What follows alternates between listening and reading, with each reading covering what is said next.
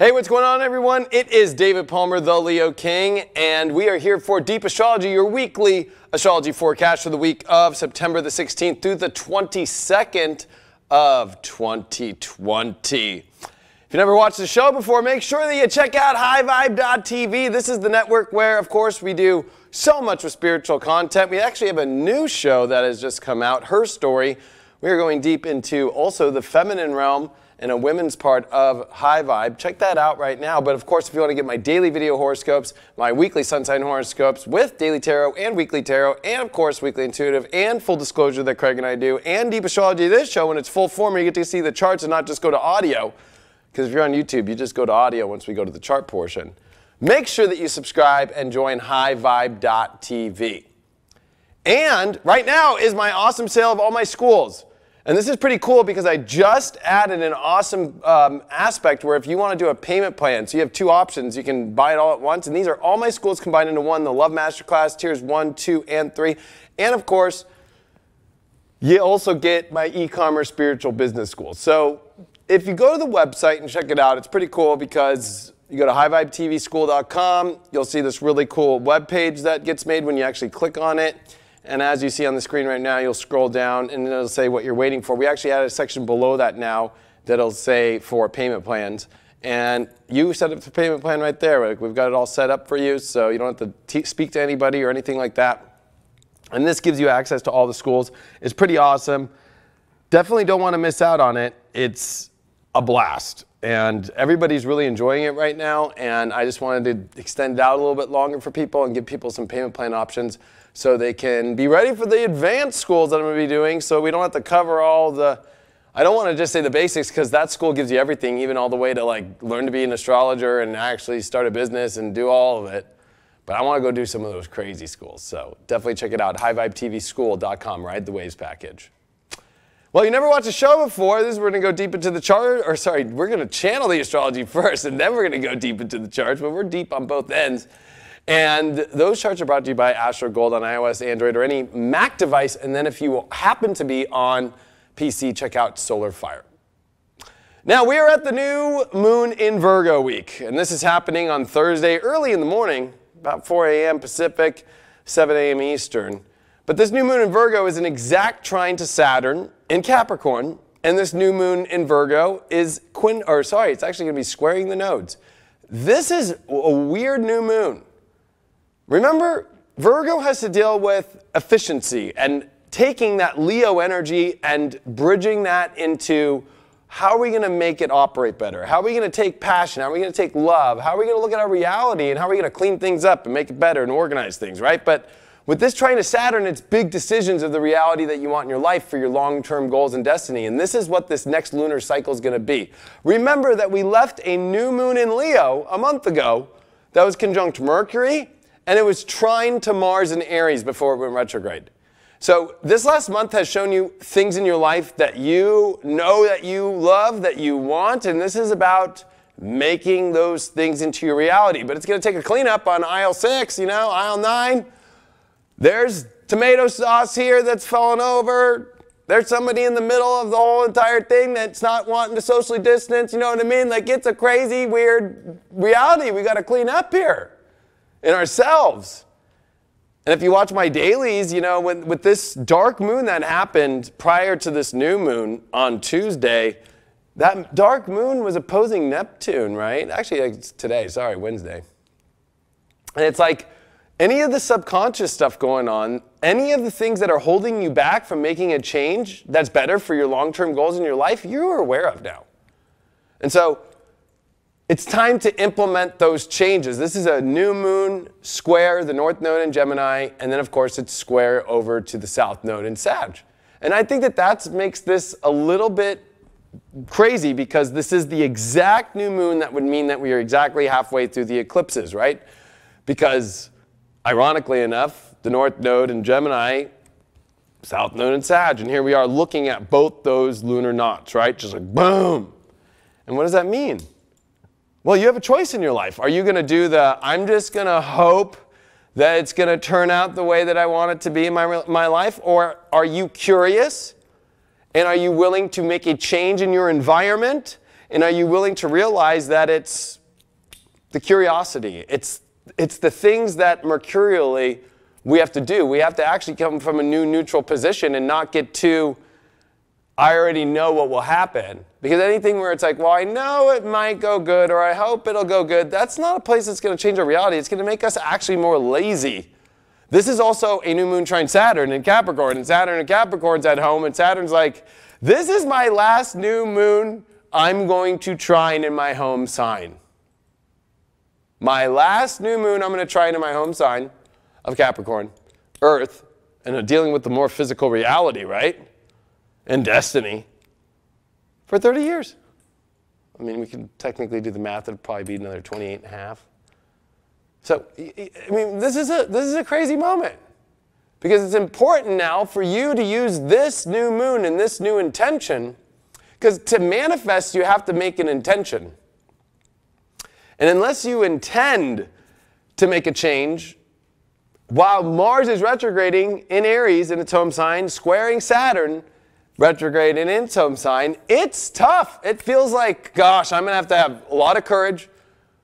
I'm going to have to risk it all and take a huge, barbaric kind of leap and keep pushing. Not easy. You know what I mean? But this is a moment for us to not be afraid. This is a moment for us to realize over the last month you have seen the parts of your heart, the parts of your identity, and character, because that also was a new moon that was in quincunx over to Saturn. And so this is a moment for us to really go with Jupiter now direct, of course, in Capricorn. The Sun has made its trines over to Jupiter and to Pluto, and now this new moon is making a trine to Saturn. That it's time for us. It's literally time. Although that weird equation of Mars retrograde to Saturn kind of makes it like, oh God, I got to really look at my character and my identity, and I have to really fight and plan and risk and have the courage while internally turning new directions and new corners, and especially a new moon in Virgo is a mutable energy. And with Mercury being in Libra during this new moon, it's squaring over to Jupiter in Capricorn, right? Because this Libra new Mercury, it's trying to balance out. It's trying to understand the kind of partnerships and relationships. We've got Venus and Leo. It made its weird square over to Uranus, right? So we've been thrown for lots of loops on what we want, what we don't want, what relationships are going to work. But we know the craving. We know the desire. That's Mars. We know the character, Saturn, that we want. That's in alignment with our destiny.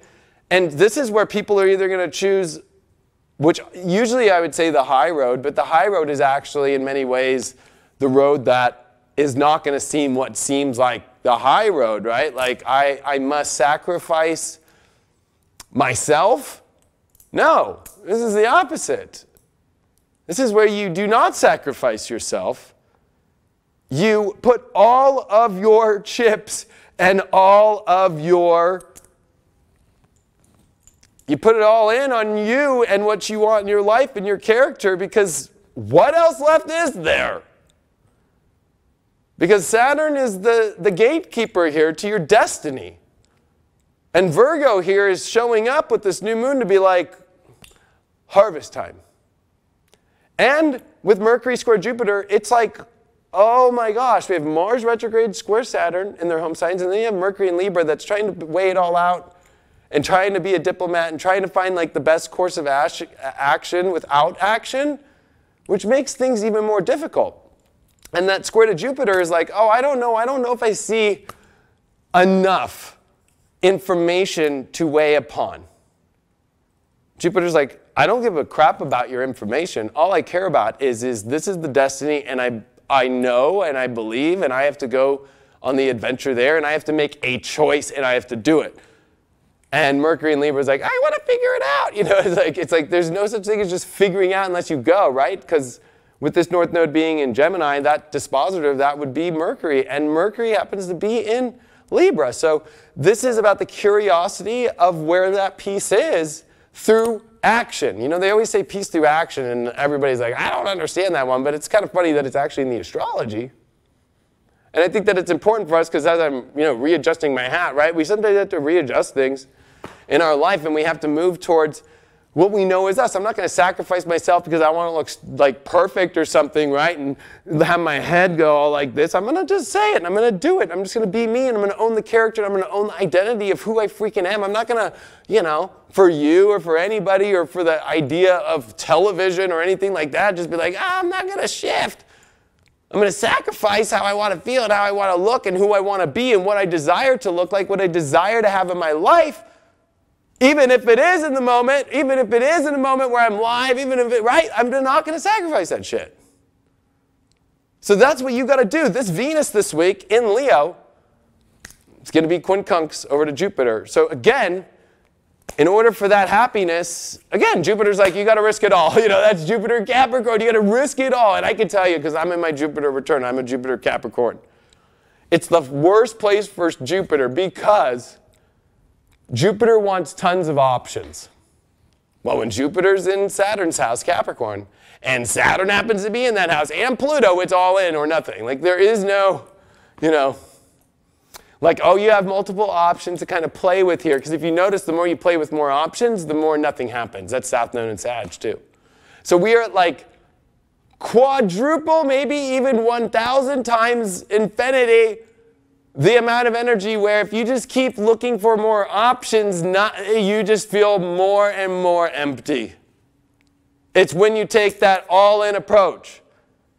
And if you're not wanting to go all in, it's not curious enough for you, you don't have enough facts, then just write that one off until you just go, yes, that's it. But if you just keep searching and searching and searching, eventually you're going to realize in this, like, what are you going to get to this sun coming into Libra on the 22nd on Tuesday, the equinox, coming to the fall of the sun. Literally, it's not just the fall on the northern hemisphere, right? It's the actual fall of the sun. That's the fall position for the sun. So are you going to come into the more weaker spot where it's going to start opposing Mars retrograde, start squaring Jupiter, Pluto, and Saturn, and come into a mayhem? We have to find our harmony now. We have to find the relationships. We have to find our happiness. We have to find the identity and the character, and we have to go all in. I just saw an article about Vegas and how, with the way that the world's been, I mean, that place is a ghost town, right? That place brought in people, like I forgot how many, like 40 million people throughout the world that show up. Might even be more. Maybe it's 60 million. It was insane, though. And in Vegas, right, like there is that gamble energy. And I'm not telling you to gamble with your life. I'm telling you to understand that there's moments where you're not sacrificing losing anything by going forward with a plan of this is what I have, this is what I'm going in all in with, and this is what I'm curious about. This isn't about going into debt and gambling, right? Or giving up your whole life savings or something like that. But you would be gambling and giving away your soul by not gambling on what you really are, who you really are, what you really want in your life. Like, what's the point? Have you learned the lesson of 2020 yet? With all the restrictions and all the barriers and all the things? What is it that you haven't learned? That it's all that's left is the life that you are and the connections that you create, and that's it. If you think that the outside world is going to offer you some sort of solace, hope, and pleasure, well, it's not. You have to go create your own world and go create that little crazy little Gemini container. And so, a lot of things this week too with the moon, as we see it, after it becomes its new moon here on Thursday, and then it will come into Libra and be with Mercury and make big squares and big oppositions to Mars. We're definitely coming into a weekend here and the end of this week of trying to understand where that harmony and balance is, trying to understand if we can take that action, trying to understand if we can make those big choices. So our character and our identity and taking that action and not, hesitation is going to be bad. I know that this is a Mars retrograde. I know there's a lot of planets retrograde, but we got to remember that Mercury is already flying forward and getting ready for the retrograde that's coming when it gets into Scorpio. So we better start to rally up the energies here. And it's about partnerships with the moon in Libra. It'll make nice aspects to Venus. And Venus is off the weird aspect. You know, the only fixed energy is Venus and Uranus right now, and they're in Taurus and Leo. And so there is that extra energy when it comes to our pleasure, when it comes to the connections that we want in our life. It's about the best of the best. So why not go all in on the best and the best? And why keep, you know, sitting at the negotiation table with your own identity and character about, like, should I be who I really want to be, and should I have what I really want at the best? That is just I'm going to say this as like a Capricorn, Saturn, Pluto, and Jupiter. That is pathetic.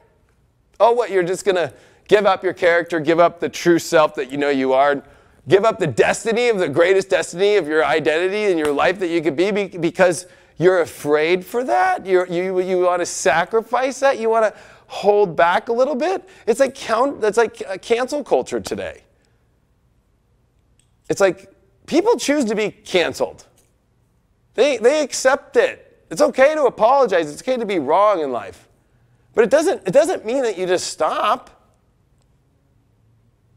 And that's like one thing of where maybe people manifest cancel culture because they don't want to do what they want to do. That's not the character they want to be. It's like their exit they were waiting their whole lives for. And so we're at a really weird moment because this is going to be the week where we prepare for that sun ingress into Libra, the equinox. And that's important because that's an exact opposition to the 0 degree of Aries, which is the start part of astrology, the start part of our zodiac. We're halfway through the astrological year. And when the sun comes into Libra, it's at its weakest position for the sun. And it's got to go up against a strong Mars in opposition. We have not seen this since 1988, okay? But we didn't see it with Jupiter, Pluto, and Saturn and Capricorn because those three haven't came in this spot since 1284. So this is extreme now, an activation. And so this week you got to clean it up. This is the end of Virgo, right? And Virgo can get stressed. It might be stressful, to say the least, of your character and your identity and the life that you want and the betterment and the relationship situations and the overall happiness. That Venus quincunxing over to Jupiter as well, right? It's just like, you gonna go all in or not? You gonna search for the decision, or are you gonna make the decision and see what the journey of the decision is? There's a big difference. And Mercury then squares Pluto. Oh gosh, Mercury doesn't want to square Pluto while it's in Libra. That harsh, intense planet in Capricorn, real tough. Because Pluto and Capricorn is going to get in that Mercury and be like, hey, so what's going on? Last time I met with you, if you remember, we're in our 3/4 square. Because remember that Mercury and Pluto and Saturn and the Sun all met on January 12th of 2020. And so this is this 9 months, almost 10-month cycle here since then that's like, oh, we're finishing our transit. But when I go meet up with you, it's going to be this end of the year, right? And the choices that we are going to be making right now this week are everything. It's a new moon square, or trine Saturn. It's a new moon square the nodes. We are in a fated moment. We are in a fate train moment. Beep, beep, and it's with Saturn and Capricorn, so there's a little bit of that, like it's intense. And you might hear the gears starting to turn in life. And those gears are turning towards, and you might hear like, it's just like, it's like, are you just going to make things operational and movement and getting things in order and operating, right? A kingdom can't operate without Virgo. So in many ways, that's the strength card, right, too, right? Like there's this courage that we need, but there's this beautiful virgin that is petting and giving love to that courageous lion, the beast. And with all of us, we have to remember that Virgo is rather bland. It's just to the point, very critical, but it only does that so it can totally get the reality exactly the way that we, at least as close as we can, want to operate. And the typical boring life is not what Saturn and Capricorn wants. Capricorn wants achievements. Capricorn wants goals. Capricorn wants trophies. Capricorn wants victories. Mars and Aries wants victories and the prestige. You know, whenever Mars comes back from battle, Mars always comes back with, you always see the wreaths, right? You always see the whole glorious coming back in. You have that in you that you want, and you might not even realize it. Might not have looked that deep yet in yourself. Have you been just playing the bland white rice with no soy sauce on it, with no anything on it? The white piece of bread with no peanut butter, no jelly, not even toasted with a little bit of butter? Or I can't believe, you know, when I was really poor, like when I was in the military, and I could go, oh, I ate something good. Where's the sauce in your life for more? But that's not from a Sag point of view. It's for the glory of your destiny.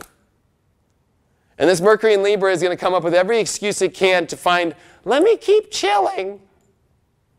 Let me keep looking for more to negotiate in myself about your character and identity and desire and goals and the ultimate. I mean, come on.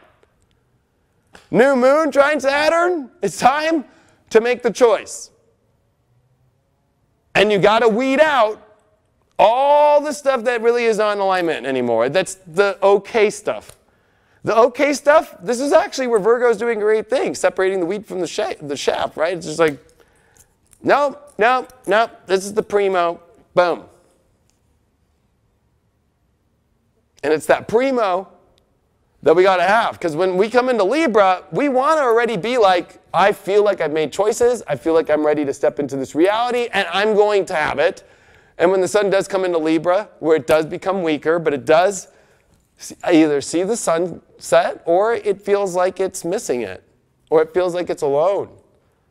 And sure, we can go into relationships and talk about that when we go through the charts, but what's the number one thing that you would be alone feeling is if you were not in your identity and character and you had given that away, you had sacrificed that, and you were stripped of that from your soul, and your soul was naked without the identity and the character of who you are to identify yourself and just be a blank soul on the planet based off keeping more and more hesitant, keeping more and more, I don't know, I want to still kind of be in this hopeful space, but I don't want to really take action. I just kind of want all the great things to just show up. No, you got to take courage. You got to take the decisions, and you got to be willing to have that excitement. You got to be willing to have that curiosity.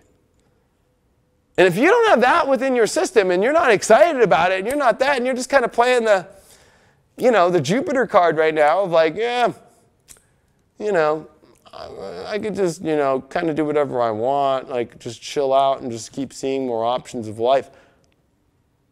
You really think more options are coming? What showed up for you in the last month?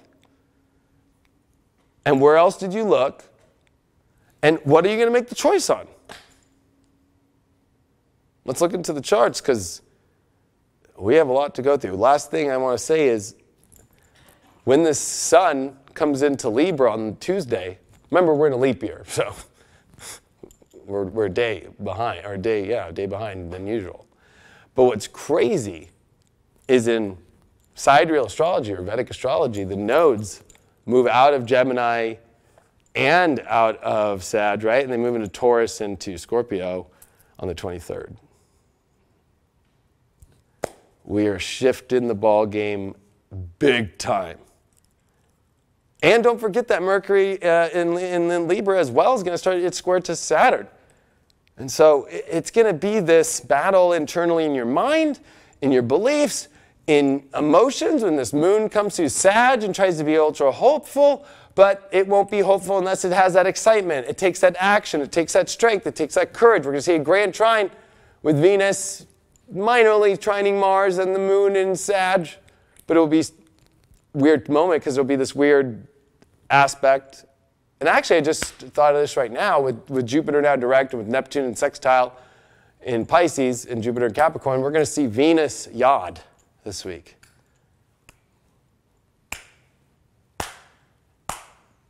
Finger of God pointing at Venus, our relationships, our feel-good energy, our money situations, and the thing that make us ultra happy, and Jupiter quincunx and Neptune quincunx. You are either opening the door to the ultimate, or you're not gonna have it because you choose not to be the identity of the character. You don't want to take a risk, and you don't want to gamble on all in of the ultimate identity and character that you want. And you know what? That's you, and that's fine. Sounds like a lot of fun. So, as we get the cameras changed up here, you know, I always like to get a little bit like, you know, what do you want to call this? A little 3D with you all. So here we are today on the 16th, and as we look out yonder to Virgo, we've got Mars pretty dang close to us. We're actually way closer to Mars, right, than we are the sun. So Mars is going to get redder. And we're getting ready to pass Mars, right? So that's why we're in retrograde mode. If you look all the way at the other side and we were to come out,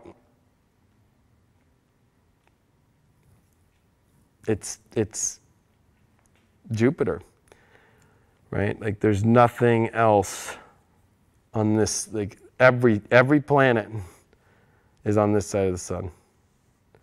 So when you look out, where all the planets are looking at the sun, and behind it is nothingness. Sure, there's stars, constellations, but there's no conscious bodies of our solar system out there. Does that mean that there's some sort of invisible force that's watching all of us, and I'm speaking to us as if we were all planets? Kind of creepy thinking that, right?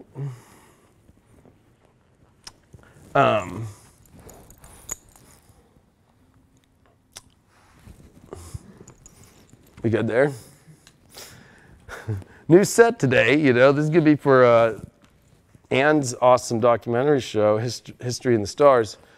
And I'll be honest, her and Craig set it all up, and I'm like, oh, I'm jacking that set today, thanks.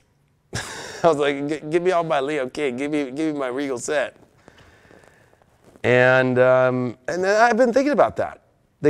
Maybe we can't see because the sun's, of course, blinding all these planets, including us, but we're all on one side. And on the other side is nothing. And so, you know, I want to bring up Michael Erlewine again and his helio-based astrology work that he's done since the 70s. And I encourage you all to follow Michael Erlewine on Facebook. And his awesome books are online. Type in Michael Erlewine books, PDF books, and read his heliocentric astrology books that I think he wrote it in the late 70s. And I think it's a very important moment for us right now to understand where we're at in our solar system and understand even where Earth's position is, because it gives you a different concept. And it's, for him, he calls it that the sun and the dharma of the sun, right? Like, so even in your own chart, if you don't know your helio chart, which he does a really great job of it, if you were to see all the planets on one side, right, of the whole zodiac, which we are in right now, it's a multi-relational energy, meaning it's an energy that has an emptiness into it, which means that you need to go about so many different stimulating places, meeting people, friends, projects, that you're willing to do that because there's something inside of that emptiness. I'm not saying that you can't handle it, because I'm actually born with all the planets on one side of the sun. And so it's a rare card. It's a rare, he made 4 cards. He made 4 different, well, he made multiple cards, but he made 4 different types. And I started learning about this and actually helped sell it on infomercial in 2011. And it's been part of my work for a long time, as you all know. I've been always showing you all the helio and stuff, and I've been getting more 3D, and then I show you the helio chart on Deep Astrology here. But I had a talk with him this weekend, and he reminded me about the emptiness part, and to be all frank and honest with you all, I mean, I look at my life, and my whole life is just, people go, how do you do all this shit? How do you keep doing all this stuff? How do you race? How do you do all these videos? How do you do this? How do you do that? And everybody goes, oh, you must be special, or you must be talented. And for me, it was like, you know what? I feel like if I wasn't doing something, or if I lived a normal life, I would feel empty. Like I didn't come down here to, I don't know, just sit in the nothingness, I guess. Like, that's just not what I came down here to do. And that's what's ironic, because that's what we have been in for a while now. Of course, Mercury will always screw it up because Mercury's so fast around the sun every 88 days. But that's what we've been in. And so we are trying to find in every kind of way what's going to fill us up and what's going to bring us our truth and what's going to bring us there. And you can't feel guilty about that. If for me, it's video games, or I cleaned up my whole desk last night and was doing every chord and redoing every chord and rehooking the computer and going through files, and I have so many hard drives. I mean, I don't even know, Craig. I think we have like 40 terabytes here of data. It's insane. I'm like going through old hard drives like, oh, look at this old picture. Look at that. I redid my whole iPhone last night because there was a problem with it. I like reset it and re-had my iCloud, and I have 639 gigs of photos and video on my iPhone. I was like, oh my gosh, in the iCloud. But I'm just trying to say that I'm using that example because I was born with that in helioastrology. And go follow Michael Erlewine. It's very simple. E-L-E-W, I'm not even try to spell it, Erlewine. But E-R-L-E-W-I-N-E. That was pretty simple. I should have thought of that one. But my head's in another space. So we all have to fill ourselves up. And that goes along with what I was just saying to you at the very intro to all this about everybody needs to know their identity, their desires, and the character, and we got to take that leap. And it's so funny because his card for me is the thirst for experience. And the card is a guy climbing a mountain. And if there's anything ever in astrology that's been more accurate, of course, Western and Geo is very accurate. I'm a double Leo, all this kind of stuff. And this has nothing to do with that. But I can tell you that being somebody born with all the planets on one side, I've always felt like there's always been another force watching us. And we are all being seen to be watched to see what we do when we're all in the same energy. And I'm talking about not only us as humans, but us as being in the planetary zone of all the planets in the same side. And it's ironic right now that all of us around the world are in the same predicaments. And that doesn't mean that you can't go for the life that you want, the character that you want, and that doesn't mean that you just sit back and just eat, ding-dongs and just chill on the couch and just watch TV, unless that's what stimulates you the most. But it's time for you to take some sort of bigger action. So let's take a look at the charts. Right now we're going to go there. So if you're on highvibe.tv, of course, just stay and you get to watch this. But if you're on YouTube, we're going to switch you to audio and you'll miss the charts. Make sure that you also get my awesome school package. Right now, it is the Ride the Waves package. You can get it at highvibetvschool.com. Just click on there. You'll get all my schools all in one. Super awesome package, and payment plans are available. All right, switching to audio for the YouTubers and high vibers. Let's go into these charts. Well, we're here on Thursday. I'm doing the new moon chart because it's happening at 4 a.m. in 13 seconds, September 17th of 2020. Now, here's this new moon happening at 25 degrees of Virgo. Woo! Pretty high up there. And it's at 2500, 2500, like exact 25 degrees. Now this is an exact trine to Saturn. I mean, wow, look at that, right? Saturn 25-27. It's even in trine to Pluto, the Saturn-Pluto conjunction that's going on. Remember, these two are very close. It almost looks like they're going to hit again, but they're not going to, thank God. Or it'd be even worse than we might even realize. And we've got that minor trine still here to Jupiter. We're within 10 degrees. Jupiter is the biggest planet, so you know what? And so is Saturn. So the rings of Saturn and even Jupiter and all of its moons. And then we got Pluto in between there. This is all about the powerhouse of your destiny. And this powerhouse of the reality. And you have to make a choice with destiny. And you got to show up for it. If you get invited to the party and you don't go, it's like politics, right? Why is politics ruled by Capricorn? Because you got to work everybody. You got to work the room. You got to know how to advance. And Virgo is all about, okay, I know what the greatness is. I got to make changes. And I got to get everything prepared, but I also got to be in motion. And so this is us being in motion off the choices and making the reality of the world that we want to have in our long term. And we got to make those choices, and that's that gamble of that Jupiter. And in many ways, there's that weird element too, where it's like, this is making a sesquiquadrate over to Uranus. That's the weird gamble of a better life. At the same token, we've got Venus here at 12, right? And it's made its Chiron aspects, but it's Black Moon Lilith at 13 to Venus at 12. Yeah, this is us and what we really want and our desire for our hearts and our happiness. And we've got to do that. We actually, if you watch the Her Story, it's actually free on highvibe.tv. Go watch it. Anne, Tamara, and Erica, all three of them did a whole thing about Lilith. So go watch it. And this is a feminine, very intense energy. And it's in Aries. And it's with Mars retrograde, which is the ultra masculine, right?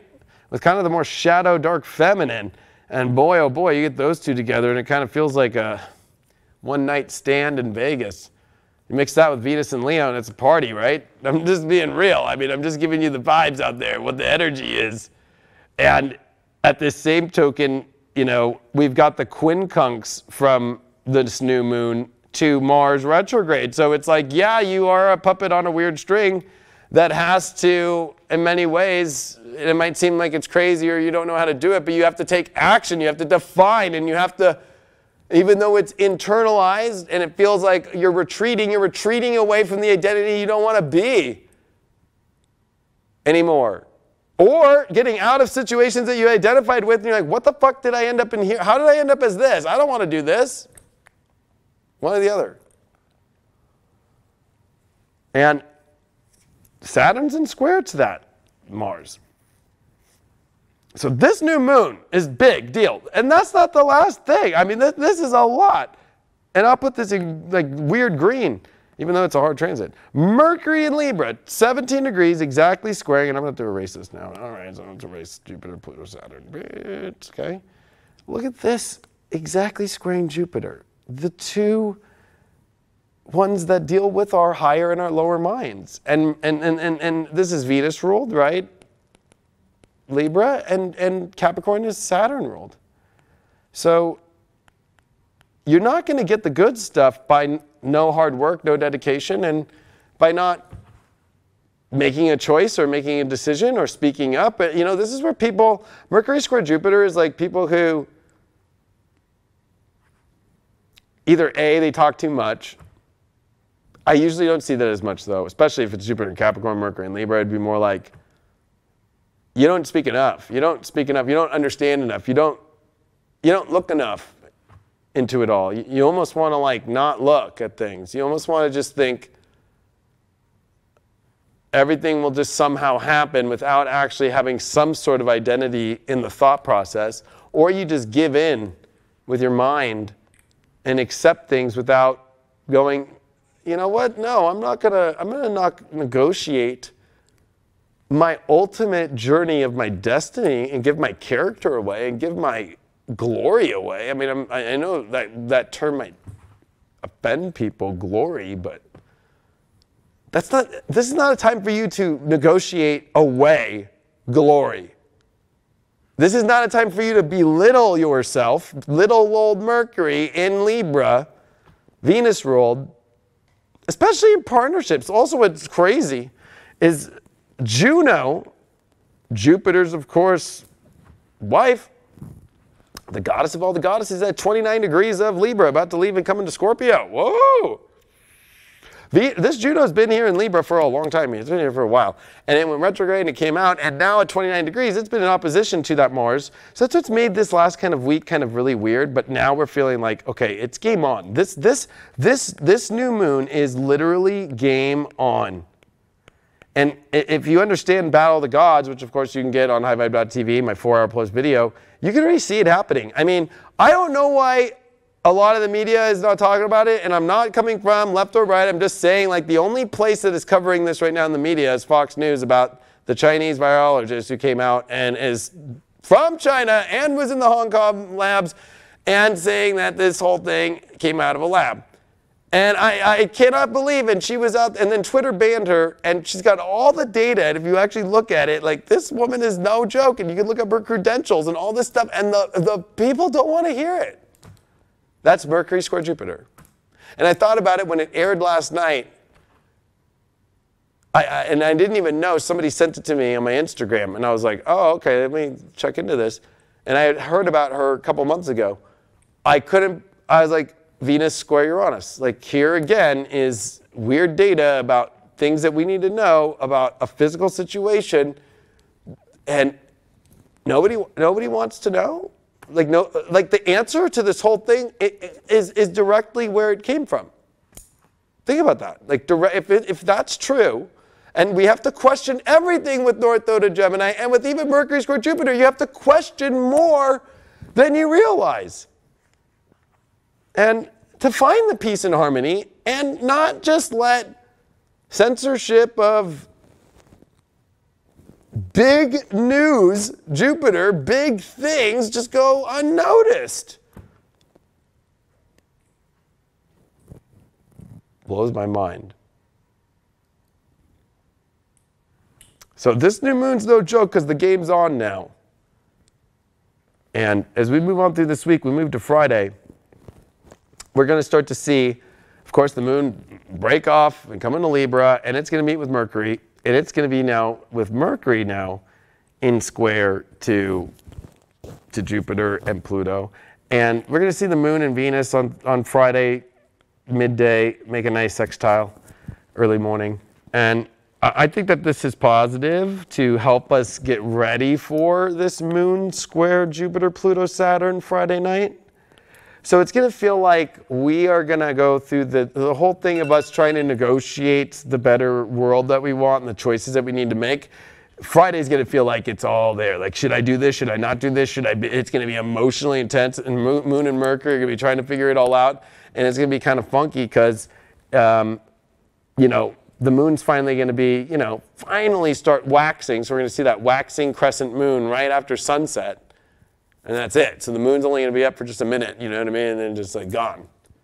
And so this is going to be a moment where with Mercury there, it's going to be this like, whoa, I got to figure out my environment to be the happier place. And it's going to be a lot to deal with our relationships and partnerships. And that's still with Juno. If we look at it here, Juno will be at 29. Yeah, how funny is that? And we also are going to have the sun now at 26. So what does that mean? Well, we are even quincunxing more to that Mars retrograde at 27:32. And we're still in that Ceci quadrant here, but we're coming off that. There's a lot going on. Also, the moon's going to be quincunx over to Neptune. So emotionally, we are in a lot of different weird positions, and mentally about where's this balance and harmony, and we need to do this fast because this new moon happened in Virgo, and it's like we got to clean it up, we got to make it happen, we got to make the reality happen, and it's trine Saturn, and that's it. Saturn's like, I'm not seeing a new moon trine me in Capricorn and Earth for 3 decades, so you better fucking get it together, kids. You know what I mean? Like, you better get it together, kids. And that's not me saying it, that's Saturn channeling through me. Like, you better get it together, kids. And we will never see it with Pluto and Jupiter ever again. In our lives! In our lives! Never again! And if we just take a look at what's going on with the planets, right? The moon isn't going to be in a great place, okay? So we can't get emotional over the past, especially about past situations. The sun, you know, it's at +3. Mercury's at +2. We got Venus at +5 in Leo. We got Mars at +5, and it's retrograde. It's in its home sign. So Venus in Leo is actually just as powerful at this moment in the scores of the essential dignities. But look at Saturn still ruling the nest and the whole universe right now. He's got his control. And if you understand even the whole mythology over Saturn, when he does, you know, banish his father out from being, you know, ruler of the universe, right? Like Saturn does take over and is kind of a control freak, and that's what you see in the world right now. And if you believe that there's no such thing as control freaks right now trying to run our lives, then you would literally, and you don't believe in astrology, you don't believe in any of this, and you're just like not paying attention at all. And so if we look at the planets now, you know, Mercury, Venus still are our fastest planets, and we do have Mars, and of course retrograde. It's not going anywhere still, just only 7 minutes a day. We got Jupiter that's now come out of retrograde, and it's starting to turn around, right? So Jupiter stopped, and right, so it was coming backwards and then stopped, and then now it's moving forward slow enough, right? And so at least that's starting to turn the tides and open up the doors to your destiny. So we need to look at it from that way. But here's Saturn getting ready to, at the end of this month, so next week, Saturn stops to come direct. So this game on is an important one. Because it's not just one that's just going to be about, oh, okay, I got to make a choice. No. Saturn, when it comes direct in Capricorn, is going to be like, all ships are go, all systems go, all things are on. The destiny is on. Like, we have to align and get ourselves, and we need to prepare ourselves here, because once we're in Libra, it's a lot harder. That moon will be squaring in in Capricorn to a sun in Libra, and that's going to be at the first couple degrees, and it's not going to be easy.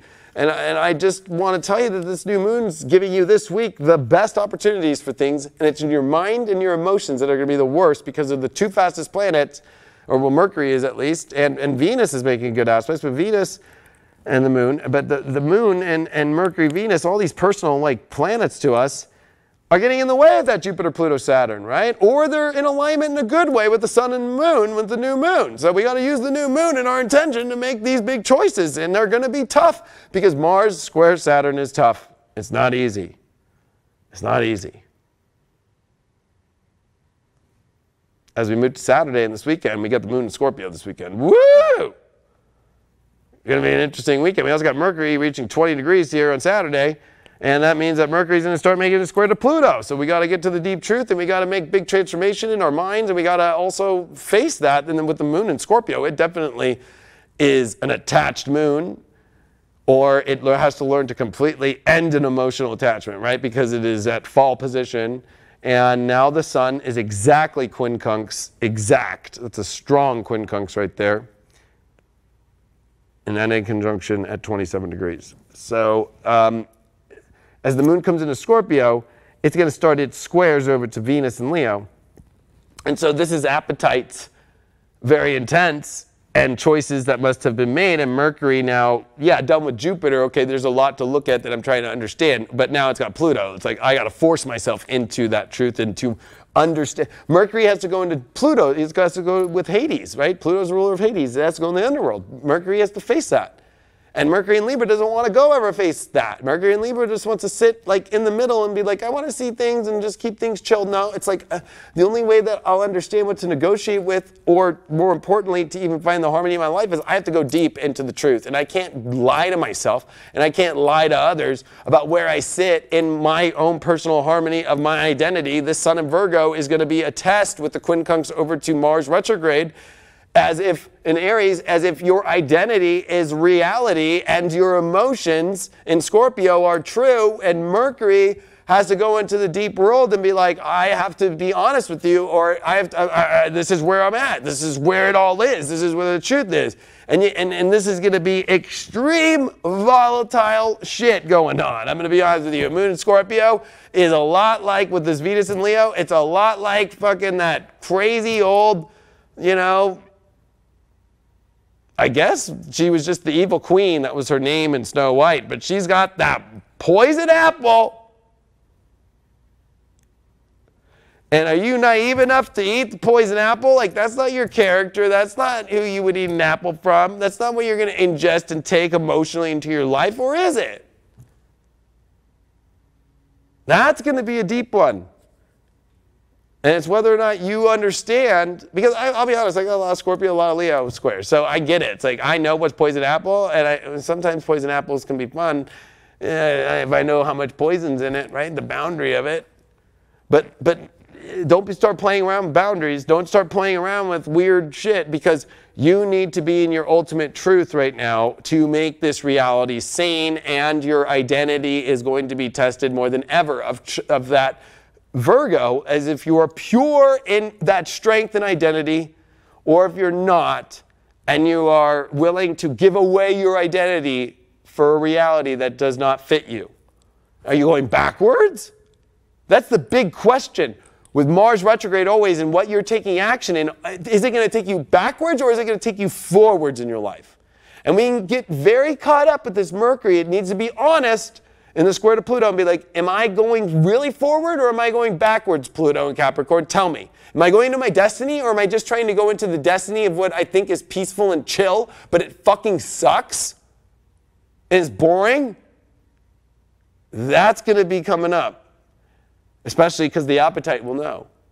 The emotional appetite, the physical appetite, all that. If you're not getting it fully met, what are you doing? As we move into Sunday, the 20th, so it's going to be 9/20/2020, that moon will be square Venus exactly at 16 and 16.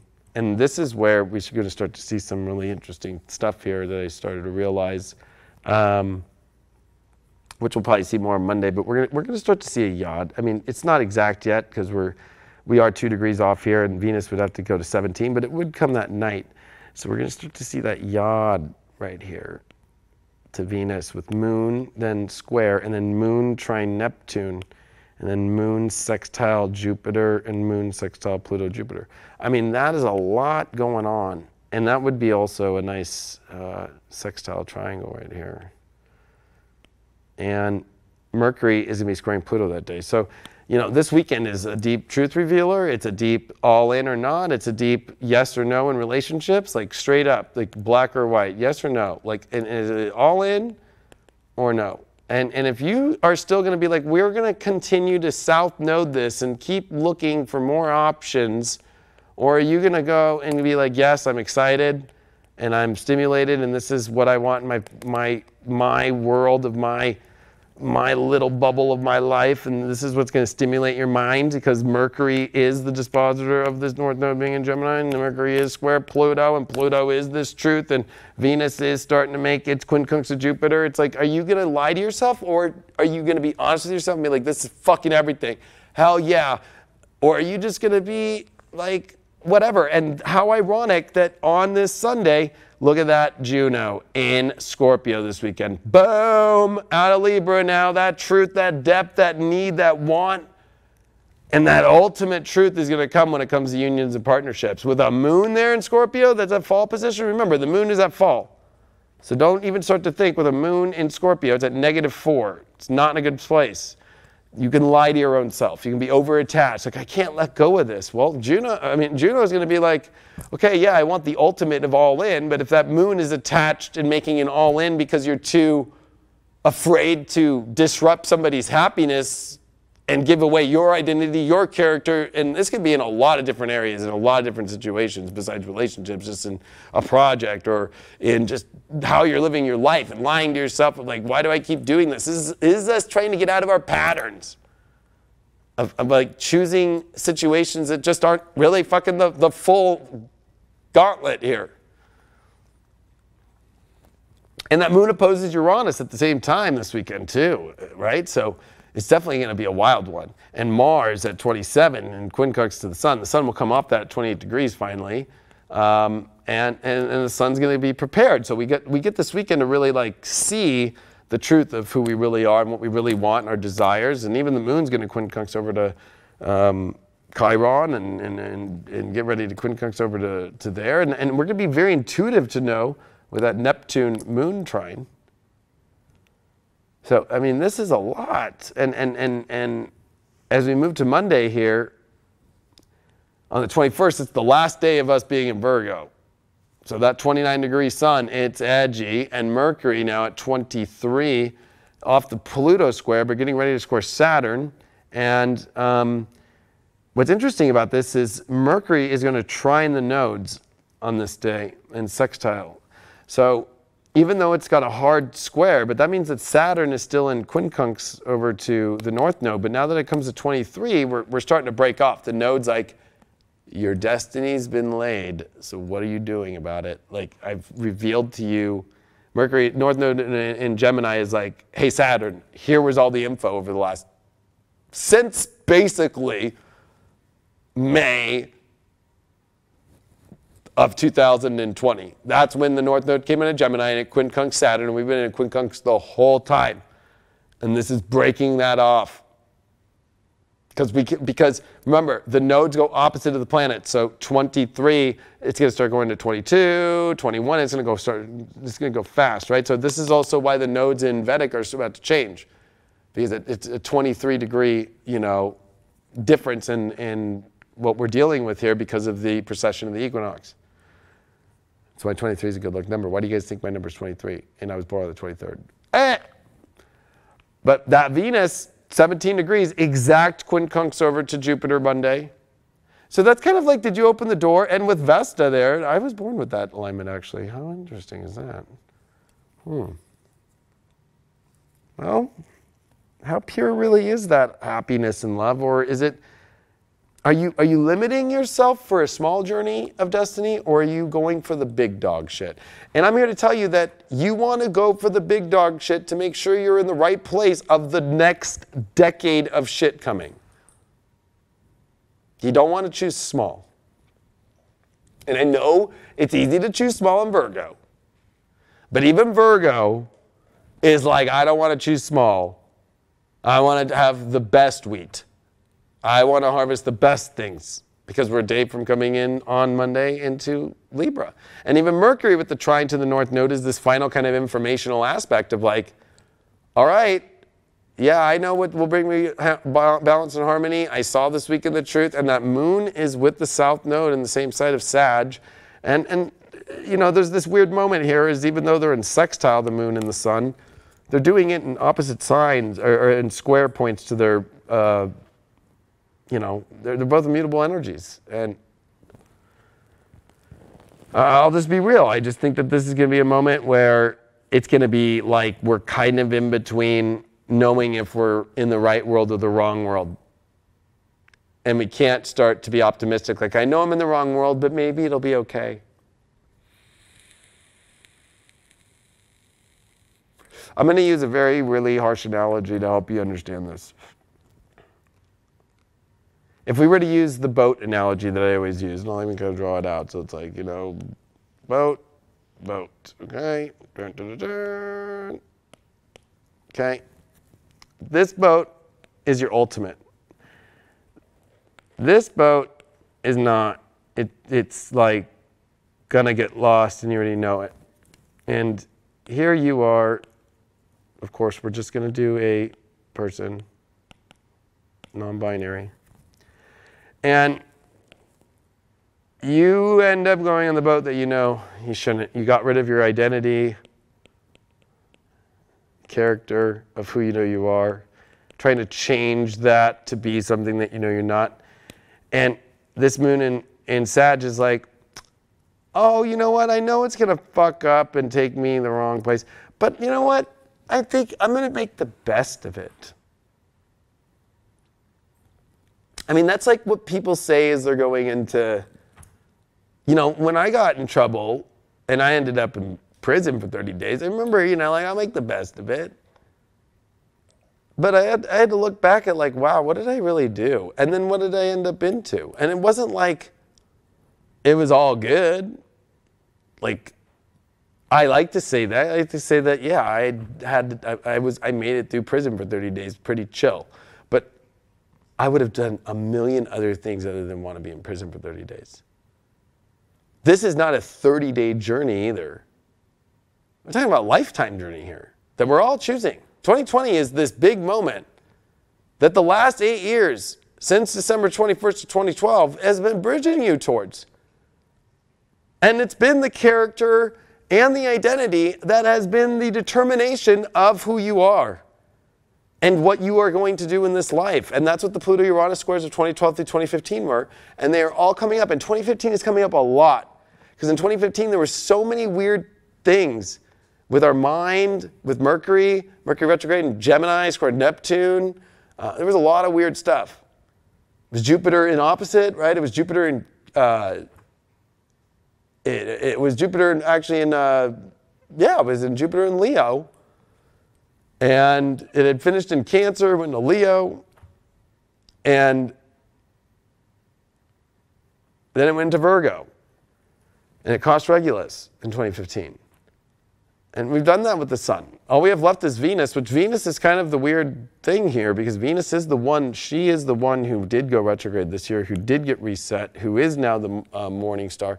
And she is the one that finished an eclipse cycle that started in 2004 on the Venus retrograde of Gemini, and then in 2012 for the eclipse time and the Venus retrograde in 2012 in Gemini. And this time when she went retrograde, we had a comet come in during that eclipse of Venus when it was still retrograde.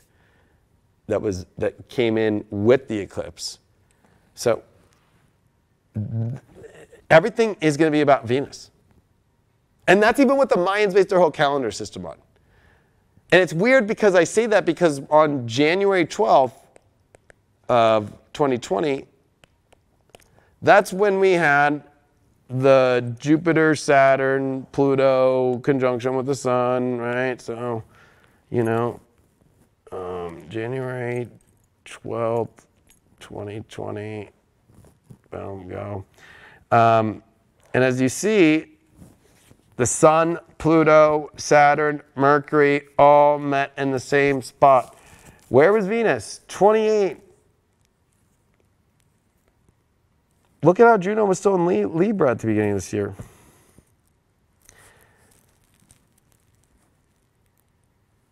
It's weird because Venus really was not in the worst of spots to be. Everything else was kind of weird because Mars was actually in a semi-square to Saturn, Pluto when they met with the sun, with Mercury. Chiron was squaring the nodes. Uranus was trine, so Uranus is another planet I would look at. And so I would say that of all the planets, Neptune was of course in sextile, but Neptune actually was in semi-square to Uranus, so actually Uranus was in semi-square. So if you look at Venus, Venus was, sure it says it's square Mars there, but they're in different signs and they're 8 degrees apart. I mean, the only thing that you see from this Venus is the opposition to the moon when that happened, and that actually was not even within 10 degrees because I'm running this chart a little, I can move the hours back and you get to the actual Saturn passing Pluto. And the moon's not even 10 degrees apart. So Venus is kind of the one planet that made it through that transit that is going to impact us for the next 37 years, right? Till the next Saturn, Pluto, and Pisces. And we all know that we just finished the Saturn Pluto of 83. And it was actually with Jupiter, right? In 81, 82, 83, like Jupiter left, but you know what I mean? Jupiter was in Scorpio in 82, and then 83, Jupiter went to Sag.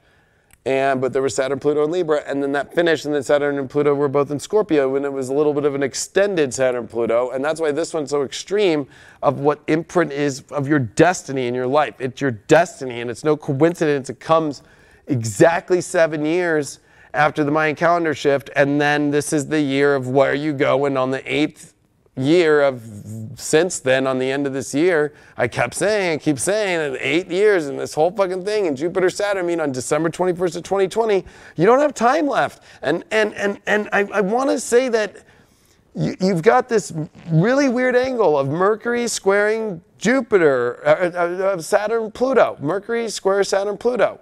And Mercury was with Saturn, Pluto. That's why I want to show you all this. Mercury was with Saturn, Pluto, and the Sun on the day, literally, boom, that we had the conjunction on January 12th. So this is the first 3-quarter square because Mercury, I'm going to just do this real quick. So you just do this, and then you just do this, and I can just look at this. Okay, so you have, I don't want to crayon this either, so okay, and we'll do green. So you have, here's Mercury, okay? So Mercury came across, and then when it came into Aries, it squared Saturn, Pluto. Remember, it went retrograde, though, in February and through March when they were telling us about how this world was going to change forever in Pisces, the biggest lie ever told. Then, just being real, then it ended square. Then when it came into Cancer this summer, right, after its retrograde in Cancer and had to come out of it, it just made the opposition point to Saturn, Pluto. Now this week, here's Mercury here at 23, and it will square Saturn, Pluto at the same time this week. So that is what you call a 3/4 square point. So you have the first square point, you have the opposition, and you have the 3/4. So this is the first quarter, and this is the 3/4. You do that with the moon too. But when you do that with Mercury here, and you're doing that with Saturn, Pluto, the only planet besides the sun, but it's the only planet that met with Saturn and Pluto at the exact time when they were there. And Mercury is the ruler of astrology and Hermes and the understanding of Hermetic astrology, Hermetic alchemy, and the understanding of life itself. And it's a North Node in Gemini. We're in about Mercury. This whole thing, and even with the Mayans, they're very Venus-like, but I'm just here to say this is a mercurial wave to understand this whole universe in your life, and it's coming to this big ground because whatever's going to happen after this week and after this new moon, and when this sun comes into Libra, which that's my last chart here to show you, coming into, right, we're going to show you right here. And with Venus, right, why did I keep bringing up Venus? Because Venus is going to be the odd. But, man, and you don't want to get on this wrong boat. Trust me. This dude will not be, or this binary person will not be happy. They'll have red eyes, and because Mars is retrograde, and they'll be like, oh my gosh, I missed my boat. And with the square to Saturn, and Saturn's going to be laughing like, ha ha ha, you definitely don't know how to have an identity. I'm not giving you your destiny fully. You're the sheep. You're the sheep. What rules Capricorn? Sheep. Or are you a goat? Greatest of all time. Tom Brady didn't look that way this weekend. Here we are, Tuesday, the Libra equinox. This is the exact chart I'm doing, of course, for being here in Huntington Beach, California. But see that? 0, 0, 0. Boom! We have made it to the equinox point. So now we are equal day, equal night, right? And we are at now the change of we are at the change of the seasons. And this is a big deal. The next 6 months, this is what it looks like. Mars retrograde in Aries, square Saturn within a degree. That identity and character is either going to go through hell, literally, or the greatest of all time, based off the choices that you're making. Literally. Venus, look at that yacht. I knew they'd show it. I knew they'd show it. Venus with Vesta, 18. Quincunx to Jupiter, coming to 18, which is 1733, and Neptune at 19, right here. There's your yacht.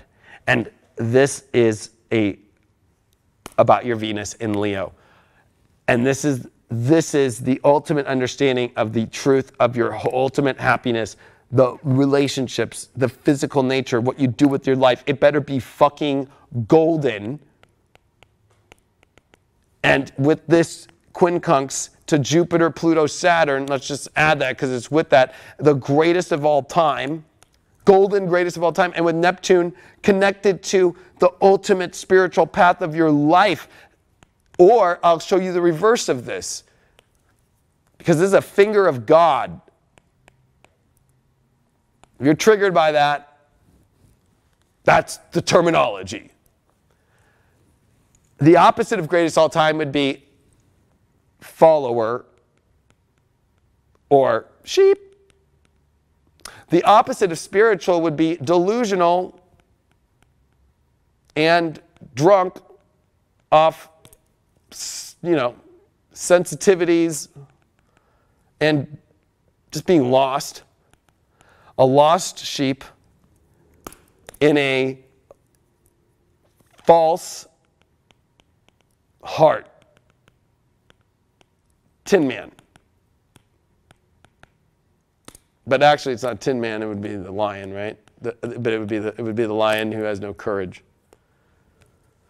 And so this Libra sun has to make partnership and harmony based on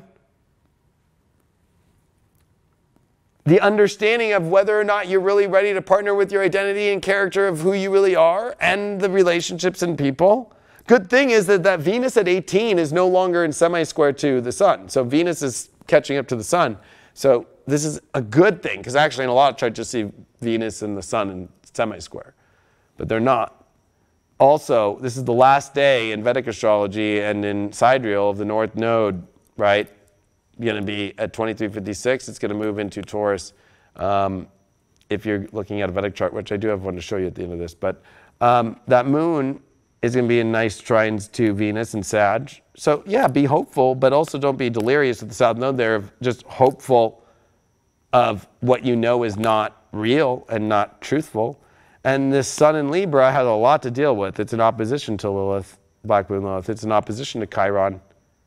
So, you know, it's almost kind of like, oh shit, if I don't get this shit straight about who I really am and my real desires, I'm going to feel like I'm crutched. That, are you going to go get in a relationship with a crutch situation that's just a crutch? Are you going to go build a relationship with an identity and character in yourself that's just a crutch? It's not even the truth. It's not even you. It's like you giving away your identity. You giving away your soul.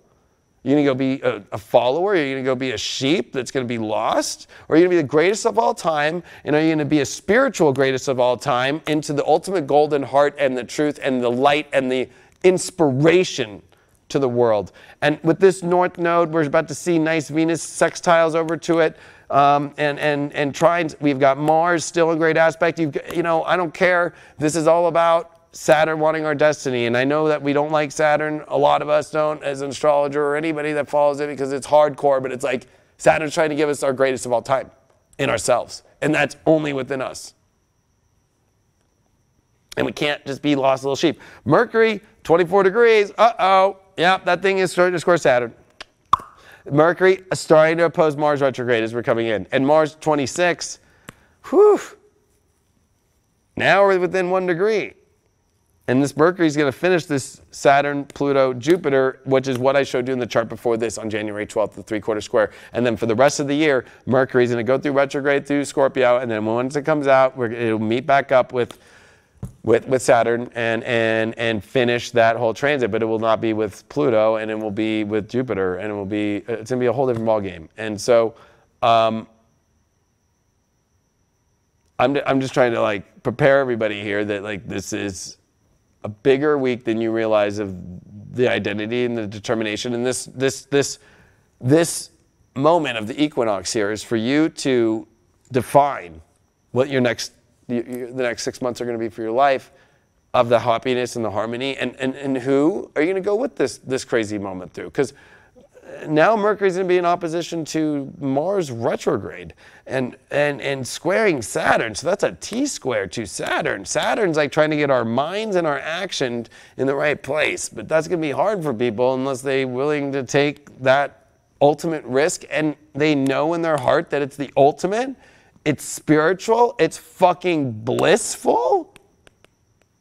Or is it fucking deceptive and you're deceiving yourself towards the ultimate light? You know it in your heart, you know it.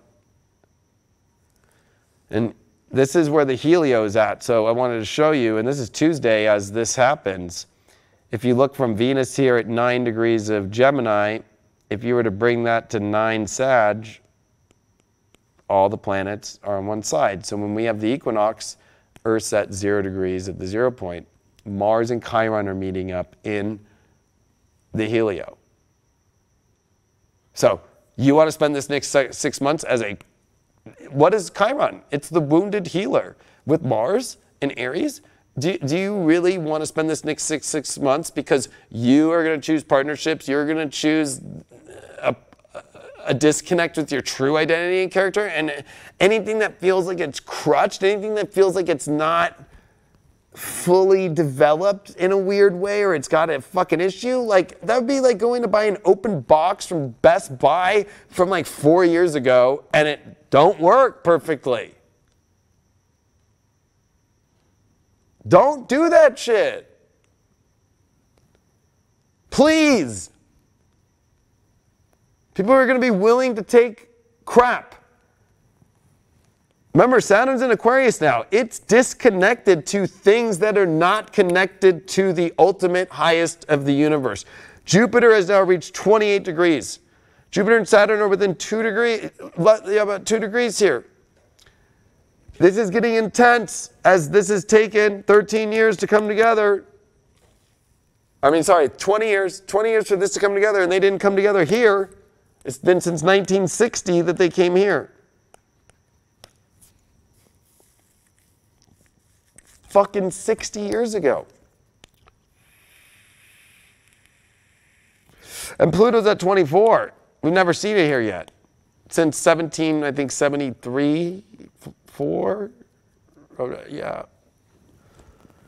In Helio, I'm trying to do that in my head. And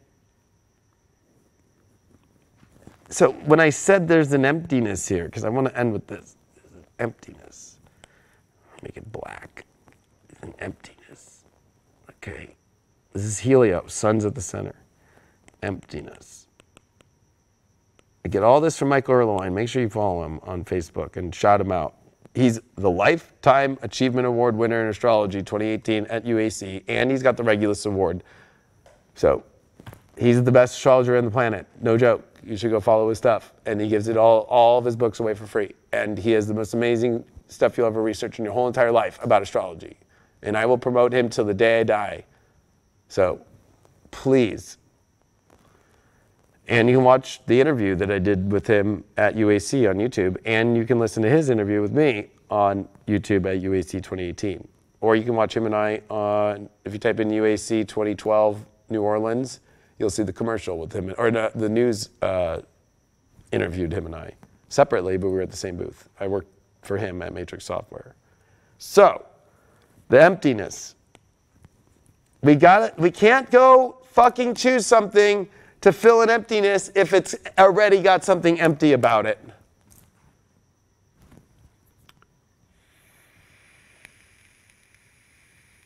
People don't like me, you know why? Because I don't go do anything that makes me feel like it's going to bring me some emptiness. People will be like, come here, go do this with me, or do that. And I'll be like, you know what? I already know in myself that's not stimulating me enough, and that's not going to fucking make me feel good. And I'll be honest with you, I don't give a fuck. I'm always like, nah. And people don't get it. They think like, they think that I'll go sit in my emptiness. I feel more empty going into a more emptier place than I do in a place where I'm not as empty.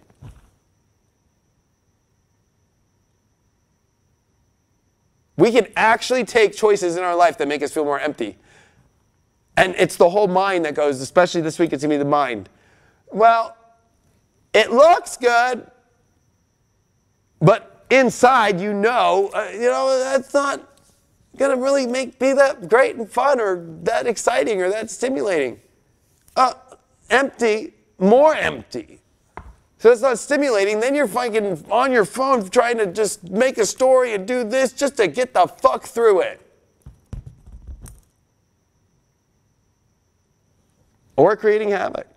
I think it's kind of ironic, actually, that Venus, and everything's around Venus right now. The Yod on this day, and Venus at 9:48, exactly actually where all of us were born, unless you were born, a little bit prior or after 2012-ish. But, right on top of Aldebaran, looking at Aldebaran, which actually I will show you in the three-dimensional scope.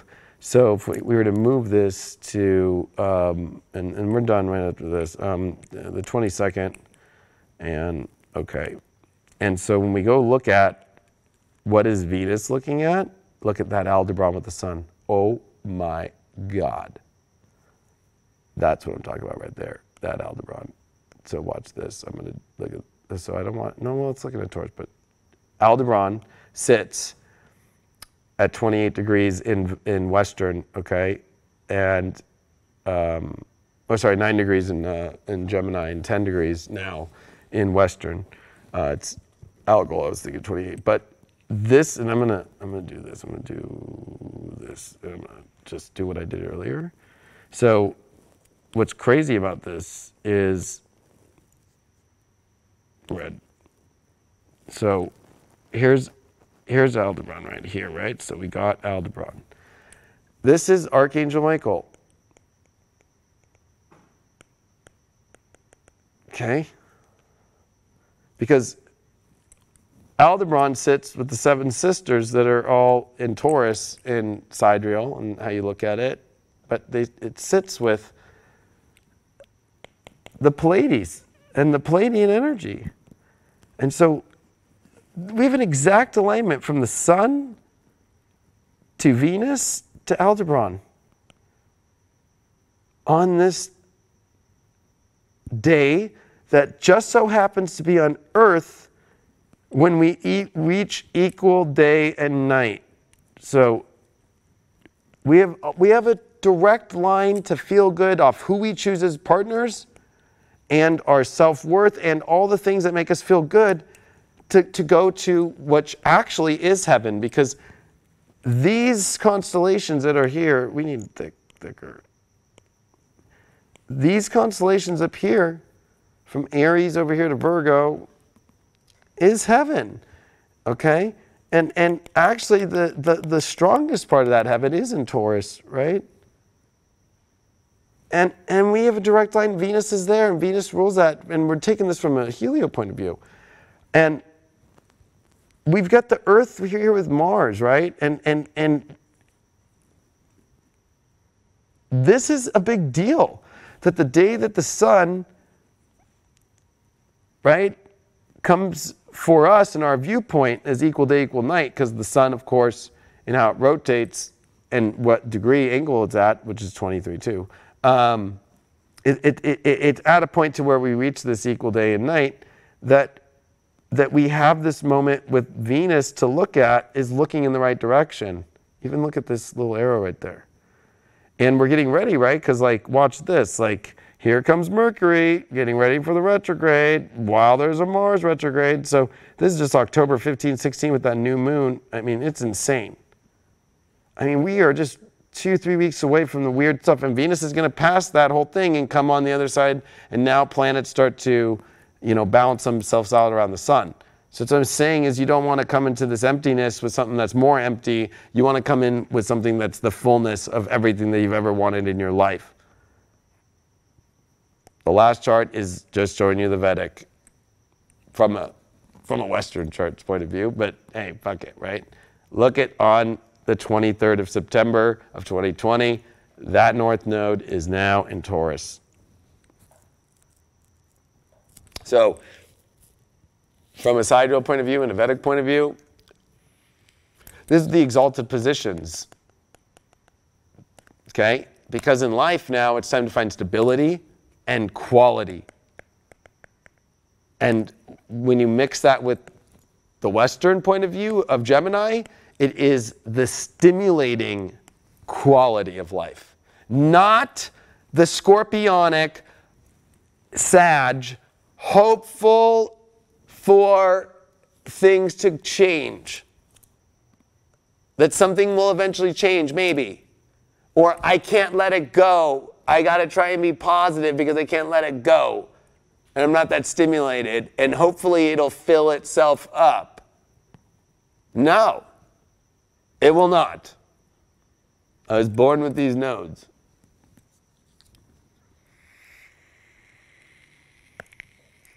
If you look from the Vedic point of view too, Jupiter is at 23, because it's on its way to Pluto, and it's on its way to Saturn, and Saturn's on Capricorn retrograde, and Pluto is at 28. We're almost done with Pluto in Sag, right? In Vedic. And going into Capricorn, like it already has technically when it went to 24 degrees right there. So like we've just touched into this whole new world from a Vedic point of view. And Chiron's in Pisces, like you don't want to just throw this all away. And I just really feel that we don't want to throw anything away. And actually this would be a new moon in Leo. And I think that this is important for us to not screw this one up. And this is going to be quite a week. So I wish you all the best. Make those big choices. Start to be prepared. It's a big equinox. We do spiritual dance music. We're doing it Thursday. So if you're probably watching this Thursday, we're doing it Thursday for the new moon. And make sure you check out Her Story. It's an awesome new show. It's free on High Vibe right now. You can download the app for free and don't even have to make a login. You can go watch it. Go to the watch section. If you want my school, that awesome package, it's at highvibe.tv, and you click on school, or you go to highvibetvschool.com, click on Ride the Wave package, and boom, it'll give you the whole information, payment plan or not, and you get access to all that stuff. So I truly appreciate you all. I'm wishing you all the best, and I know deep down in yourself that it's time for you to have the quality and stimulating life of your identity and your character, because even in Vedic, it's Mars retrograde in Aries, and it is Saturn and Capricorn in square. And I know those are going to break apart, but this is when we're having it. And you do not want to try and transform something that is not transformable. The solidarity of your life is the character and identity that you are. Do not change that for anything, for anybody, and don't take the crap. Take the best. Take the ultimate. It's time. I love you all very much. I'll see you all on the next Deep Astrology. Share this as much as you can. Adios.